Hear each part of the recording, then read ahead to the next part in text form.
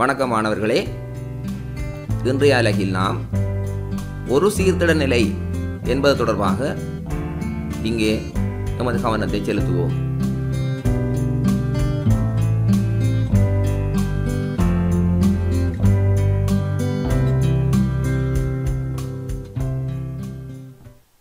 ஒரு சீர்திட நிலை என்றால் என்ன?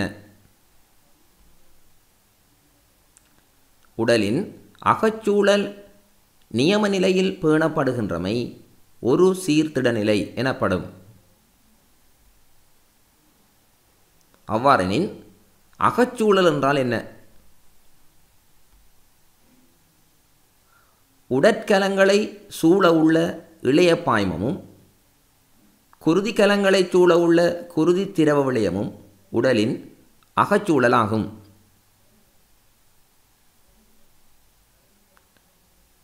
உடலினுள் பிரதானமாக மாறா நிலையில் பேணப்படும் நிலைகளாவன குளுக்கோஸின் ஒரு சீர்திட நிலை, வெப்பநிலையின் ஒரு சீர்திட நிலை, நீரின் ஒரு சீர்திட நிலை என்பது தொடர்பாக நாம் சற்று விரிவாக இங்கு ஆராய்வோம். குளுக்கோஸின் ஒரு சீர்திட நிலை.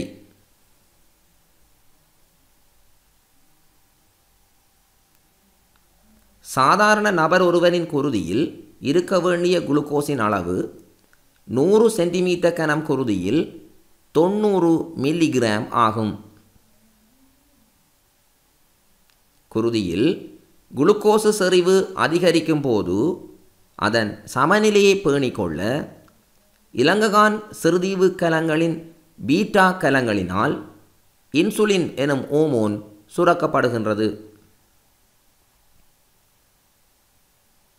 இன்சுலினானது குருதியில் மேலதிகமாக காணப்படும் குளுக்கோஸை தசை கலங்களினுள் ஈரல் கலங்களினுள் உட்புகவிடும் திறனை அதிகரிக்க செய்யும்.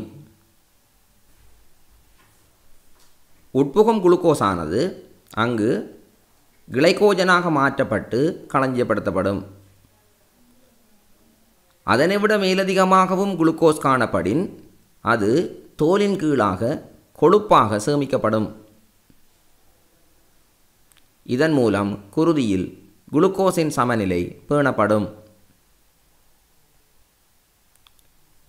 குருதியில் குளுக்கோசு செறிவு குறைவடையும் போது அதன் சமநிலையை பேணிக்கொள்ள இலங்ககான் சிறுதீவு கலங்களின் ஆல்ஃபா கலங்களினால் குளுக்காகோன் எனும் ஹோமோன் சுரக்கப்படுகின்றது. இதன் மூலம் கிளைகோஜனானது குளுக்கோஸாக மாற்றப்பட்டு குருதியில் விடுவிக்கப்படுவதன் மூலம் மீண்டும் குளுக்கோஸானது குருதியில் பழைய நிலைக்கு அதிகரிக்க செய்யப்படுகிறது.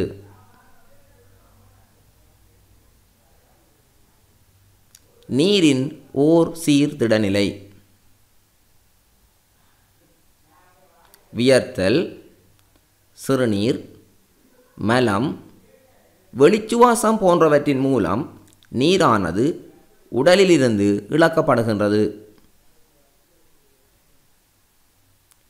இவ்வாறு குருதியில் நீரின் அளவு குறைவடையும் போது ADH ஹோமோனின் சுரப்பு அதிகரிக்க செய்யப்படும்.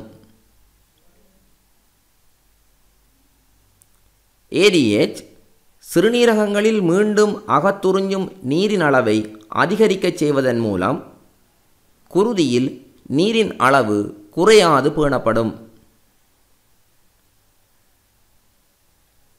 மாறாக குளிரான காலநிலைமைகளில் உடலிலிருந்து நீரிழப்பு குறைவடைவதனால் குருதியில் நீரின் அளவு அதிகரிக்கும். இதன்போது ADH சுரக்கும் அளவு குறைக்கப்பட்டு சிறுநீரூடாக அதிகளவு நீர் இழக்கப்படுவதன் மூலம் குருதியில் நீரின் அளவு அதிகரிக்காது பேணப்படும்.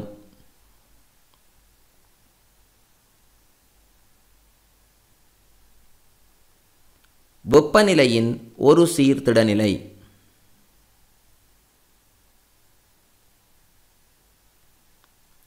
மனிதனின் சாதாரண உடல் வெப்பநிலை 36.9 பாகை சி அல்லது 98.4 பாகை ஃபாரனைட் ஆகும். உடல் கலங்களினுள் அனுசேபத்தின் மூலம் வெப்பம் பிறப்பிக்கப்படுகின்றது. இவ்வாறு உருவாகும் வெப்பமானது சூழலுக்கு இழக்கப்படுவதன் மூலம் உடல் வெப்பநிலையானது மாறாது பேணப்படுகின்றது. சூழல் வெப்பநிலையானது அதிகரிக்கும் போது உடலுக்கும் சூழலுக்கும் இடையிலான வெப்பநிலை வேறுபாடானது குறைவடைகின்றது. இதனால் உடலிலிருந்து வெப்பம் இழக்கப்படுகின்றமை குறைவடையும். எனவே உடல் வெப்பநிலையானது சிறிதளவு அதிகரிக்கும்.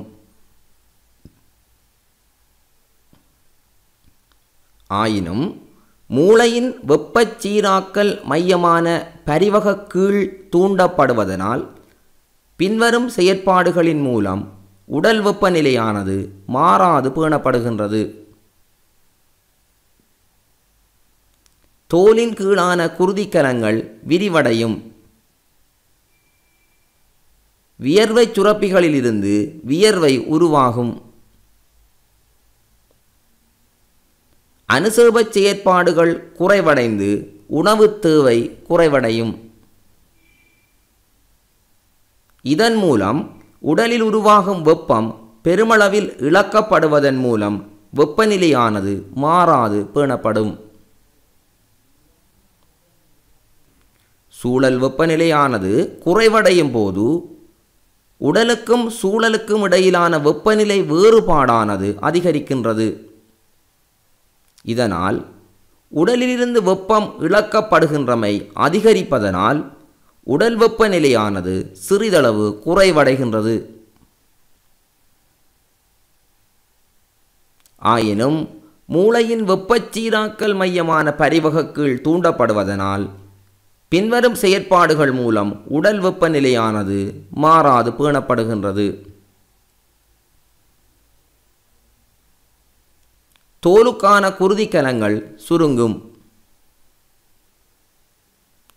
வியர்வை சுரப்பிகளிலிருந்து வியர்வை உருவாவது குறைவடையும். மயிர்கள் நிறுத்தப்படுவதன் மூலம் உடலின் மேற்பரப்பில் ஒரு காவலி படை உருவாகும். அனுசேப செயற்பாடுகள் அதிகரிக்கும். நடுங்குவதன் மூலம் வெப்பம் பிறப்பிக்கப்படும். நீண்ட காலமாக குளிர் பிரதேசங்களில் வாழும் நபர்களின் தோலில் கீழே தடித்த கொழுப்பு படை காணப்படும்.